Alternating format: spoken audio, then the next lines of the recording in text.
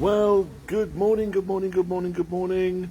It's Washing Wednesday and I'm interrupting my breakfast just so that you can, so you can see me. Well, let me turn my camera around.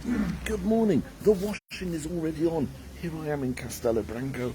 It's a beautiful morning, bit chilled but lovely otherwise. Bright blue skies and I like my Wednesdays.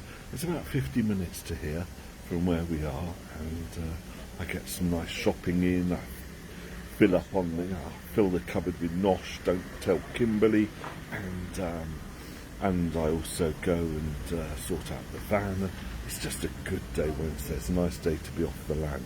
And getting some strange looks here. That's not a huge surprise. So what should we talk about today? Let's talk about the escalator story that Tim Van Daren reminded us of about, I wrote it 15 years ago. And it was my fear of this. When going on an escalator in the old underground in London, often I wasn't sure what to do. You see, what would happen is, you'd get on the escalator and naturally enough you'd grab the handrail. As you do, you grab the handrail. And what would happen is, because these escalators were so old, the handrail would move at one speed, right? But the actual steps would be moving at another. And eventually your hand would be going off in front of you, like some sort of Superman impersonator. And you're left with this dilemma. You're only halfway up the escalator journey. Now, do I let go? Right? And risk getting infections from placing my hand for a second time on the escalator handrail, or do I end up almost flat on my face as I come out at the top of the escalator? It's tough to know what to do. And this is only pertinent when you look at what's happening now, 15 years later after I wrote that. In that now, I'm not sure I touch any escalator handrail, but the good news is I always have hand sanitizer with me. So even if I did touch one, I'd just sanitize my hands afterwards. Isn't it funny how things go full circle in life?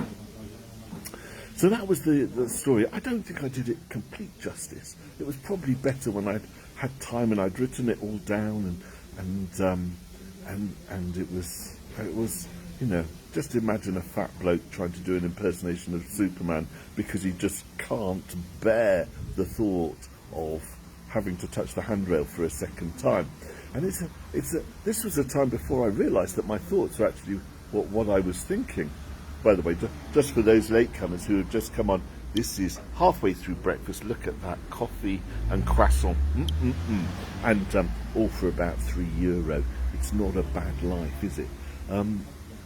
But this is a time before I knew that my thoughts became things, or that actually I could choose where my life was going and what I wanted to do with it.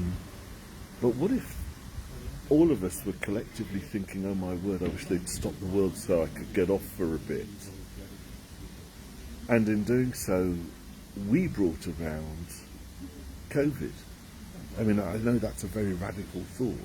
And I'm not saying it's true, and I'm not one of these believers in conspiracies or anything like that.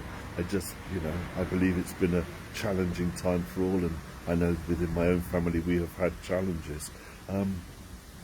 But what if we did that? What if it was a collective thinking? I mean, collective thinking does work. We only have to look through history at the number of times where people have all moved in the same direction at the same time. So I leave that thought with you. And the thing is, and this is the thing, your thoughts do become things. So sit down and work out what the thing is that you'd like and start thinking about it and start taking some baby steps towards it.